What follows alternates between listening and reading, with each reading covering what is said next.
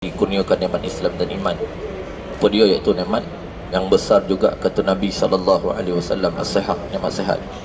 Yang keduanya al-faragh, nikmat waktu lapang. Tuan-tuan, kita duduk di sini, ada orang 5 hari, 6 hari, ada orang 7 hari, orang daripada masuk sampai dia habis kuarantin 10 hari.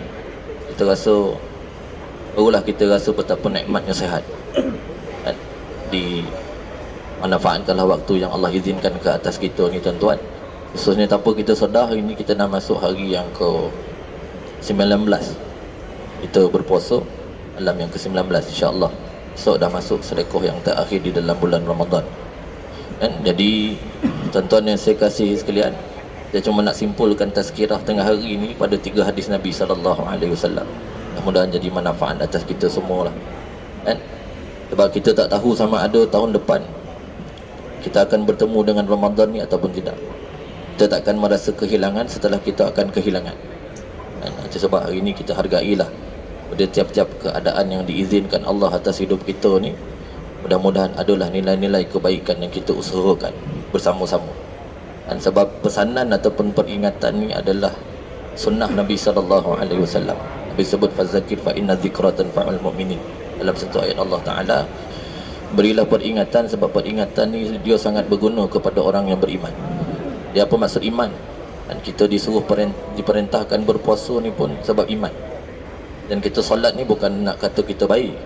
Kita semayang, kita ibadah, kita melakukan amal soleh bukan sebab kita baik, tak. Tapi adalah tanda kehambaan kita kepada Allah Ta'ala. Ini yang kita lakukan semua ni adalah bukti cinta kita pada Allah Ta'ala. Apa kata cinta dalam makna agama? Kata Imam Ibn Rajab Al-Hanbali dalam kitabnya Lataiful Ma'arif, dia kata apa? Cinta ni adalah pembuktian, benda yang tak terungkap dengan kata-kata tapi dia terdetik pada hati kita. Ya, akhirnya kita akan melaksanakan tanggungjawab dan fungsi kita sebagai manusia ataupun apa yang telah diamanahkan kepada kita.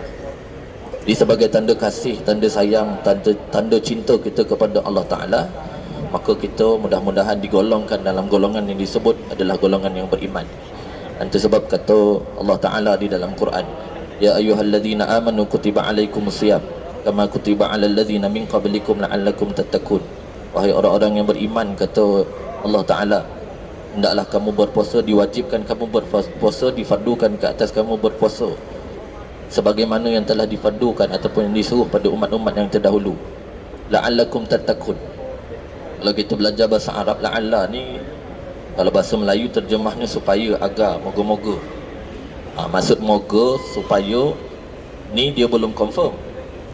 Dia belum, orang kata belum sabit lagi. Tapi dalam bahasa Arab, la'alla ni dia istilah jazam. Apa maksud jazam? Orang yang dia puasa dengan betul ikhlas, mengharapkan keampunan Allah Ta'ala, Allah akan janji atas dia satu natijah yang sangat besar, itulah nilai takwa kepada Allah Ta'ala. Takwa boleh disimpulkan sebagaimana kalimah yang disebut Sayyidina Ali karamallahu wajhah dalam satu perumpamaan yang sangat hebat. Dia kata apa? Takwa ni nilai yang besar, nilai yang sangat hebat. Pertama disebut al-khauf minal jalil. Orang yang bertakwa ni dia mesti takut kepada Allah Ta'ala. Dan kita ni jadi takut bukan sebab Allah. Kadang kita takut ni, hari ni kita diuji dengan virus. Orang terkadang dia takut virus daripada Allah Ta'ala. Virus ni adalah kita nak beritahu izin baik sembuh ni daripada Allah Ta'ala. Kita usaha ikhtiar juga, kita berubat, kita datang sini, kita di kuarantin dan lain-lain. Tapi asbab yang akan memberikan kesembuhan juga adalah Allah Ta'ala. Sebab kita kena jagalah, tuan-tuan. Yang keduanya, apa maksud dalam makna takwa ni? Al-amalu bitanzil, beramal dengan apa yang Allah turunkan. Jadi apa yang diperintahkan oleh Allah yang merupakan perintah, maka kita kena wajib taat. Benda larangan ni kita kena tinggalkan. Dan yang ketiganya ar-ridha bil qalil, redha dengan benda yang sedikit. Kita diajar dalam agama adalah mensyukuri apa segala nikmat yang Allah berikan ke atas kita, sama ada sikit ataupun banyak. Dan kita kena redha lah, ni ujian atas kita. Kita pun tak pernah minta bahawa kita ni akan kena COVID. Dan orang pun hari ni, kebanyakan kalau kita tanya orang kat sini, dia tuan-tuan, ada yang dia pun tak tahu daripada mana dia dapat simptom. Ada orang tak ada simptom, dia kena juga. Tapi kita kena faham ini ujian. Ahasiban nasu ayyutraku ayyakulu amanna wa hum la yuftanun. Tidaklah dikira engkau beriman ni, kata Allah Ta'ala, sehingga engkau diuji. Ini kita diuji, mudah-mudahan menambahkan ketakwaan kita kepada Allah Ta'ala. Dan yang terakhir sekali, makna takwa yang dalam agama isti'dad ila yaumir rahil adalah persediaan kita menghadapi hari kematian. Tuan, kita sebenarnya itu saya dengar ada seorang orang di belakang sana tak, dia kata ada sahabat dia mula tak ada simptom, bila tahu 2-3 hari lepas tu dah kritikal di hospital Putrajaya. Jadi dia minta doa, dia kata sebelum dia balik tu doa lah, mudah-mudahan kawan dia sihat. Jadi tuan-tuan, kita ni tak ada jaminan. Sihat, sakit, boleh berdiri, kita boleh tidur, kita boleh makan, bukanlah syarat mati. Mati tak menunggu sama ada kita sakit ataupun sihat, kita muda ataupun tua. Dan bila sampai waktu dan ketikanya, semuanya akan dipanggil pulang bertemu Allah Ta'ala. Tapi siapa yang bahagia? Orang yang pulang dalam keadaan dia benar beriman kepada Allah Ta'ala dan pulang dalam hati yang sejahtera. Jadi sebagai kesimpulannya saya nak sebut pada 3 hadis Nabi. Nabi puasa ni, Nabi sebut 3 hadis yang utama. Tuan-tuan peganglah, kan? 3 hadis ni, mudah-mudahan hadis ni menjadi pedoman kepada kita untuk 10 hari yang berbaki ni. Esok akan ada yang bakal pulang, lusa akan ada yang bakal pulang. Mudah-mudahan dia menjadi pedoman bahawa kita bersungguh nak mencari Lailatul Qadar. Kan? Apa kata Nabi? Man shama ramadhana imanan wa ihtisaban ghufira lahu ma taqaddama min dhanbi.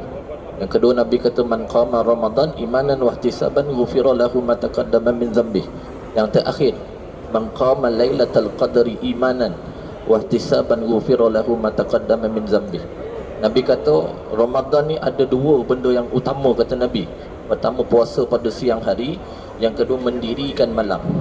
Puasa ni pula dia ada sunnah dia yang hebat, iaitu sunnah bersahur dan sunnah berbuka. Saya tengok ada orang kadang dia menjaga sangat tentang sahur dia tak jaga sangat.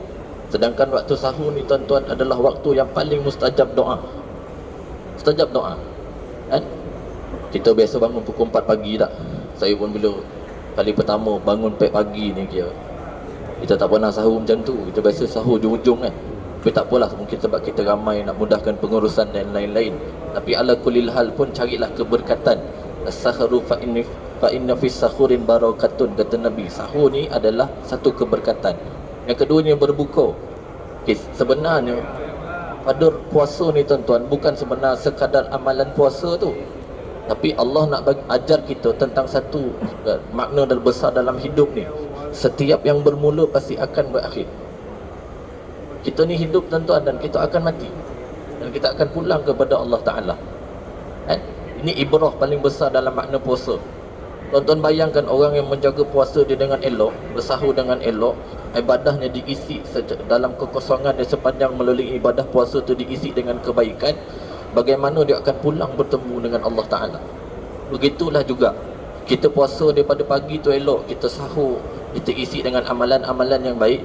Tuan-tuan bayangkan masa kita berbuka ni, sebab dalam hadis ke Nabi kata sesungguhnya lisaimi farhatani, pada orang berpuasa ni ada 2 kebahagiaan, ada 2 kegembiraan. Yang pertama kata Nabi, farhatun inda iftarihi. Pertama, kegembiraan ketika dia berbuka, dan farhatun inda liqa'i rabbih, dan kegembiraan ketika mana dia pulang bertemu dengan Allah Ta'ala. Okay, yang keduanya amalan utama mendirikan malam. Ini nasihat atas diri saya dan tuan-tuan lah. Tuan-tuan, kita ni kadang-kadang dalam Ramadan ni kita gagal nak jaga benda yang utama ni adalah maratibul amal, keutamaan dalam amal. Saya yakin dan pastilah, cuma saya nak sebut tuan-tuan, kita kalau ada kesempatan melakukan jemaah dengan baik, carilah keberkatan dalam jemaah. Utamakan solat fardu secara berjemaah. Yang keduanya, jaga amalan sunat-sunat yang utama. Yang utama ni apa? Solat-solat sunat rawatib itu ni jaga elok-elok. Ada orang lepas dia berbuka, dia sembahyang fardu, alhamdulillah. Lepas tu dia solat. Dia solat fardu isyak. Okey. Di antara senggang isyak tu kadang-kadang dia duduk seketika sementara dia nak menanti tarawih. Sedangkan dia terlupa 2 rakaat rawatib yang dia tinggal tu, pahala dia jauh lagi besar daripada apa? Daripada tarawih yang dia buat. Ada orang lepas tarawih dia pulang. Kita sangka baik, mungkin esok dia nak qiyam dan lain-lain. Tuan-tuan, cuma saya nak pesanlah, dalam kekangan waktu kita di sini, paling kurang boleh kita selesai habis, dan kita duduk di sini, kita sembahyang tarawih, kita habis witir bersama imam. Dalam satu hadis kata Nabi, innahu man qama ma'al imam hatta yansarif kutiba lahu qiyamul lail. Barang siapa yang dia berdiri tegak bersama imam, daripada imam solat isyak, kemudian dia boleh solat sunat rawatib, kemudian dia solat tarawih, ditutup dengan witir dengan imam, dituliskan pahala bagi dia solat malam sepanjang malam. Carilah keberkatan dan kebaikan ni tuan-tuan. Dan yang akhir sekali, memburu Lailatul Qadar. Mudah-mudahan semua orang akan jumpa Lailatul Qadar ni, insya-Allah. Cuma bagaimana cara kita akan menjumpainya. Dan ada orang akan jumpa dalam keadaan dia tidur, ada orang jumpa dalam keadaan dia mungkin berniaga, ada orang mungkin dia dalam keadaan dia sedang melakukan sesuatu, ada keadaan dalam keadaan yang macam-macam lah. Tapi cuma saya nak ingat, paling kurang kita bangkit ketika malam, kita doalah kepada Allah Ta'ala. Dan ada amalan yang ditunjukkan kepada Nabi kepada kita. Kalau kita bangun malam, walaupun kita tak sempat untuk solat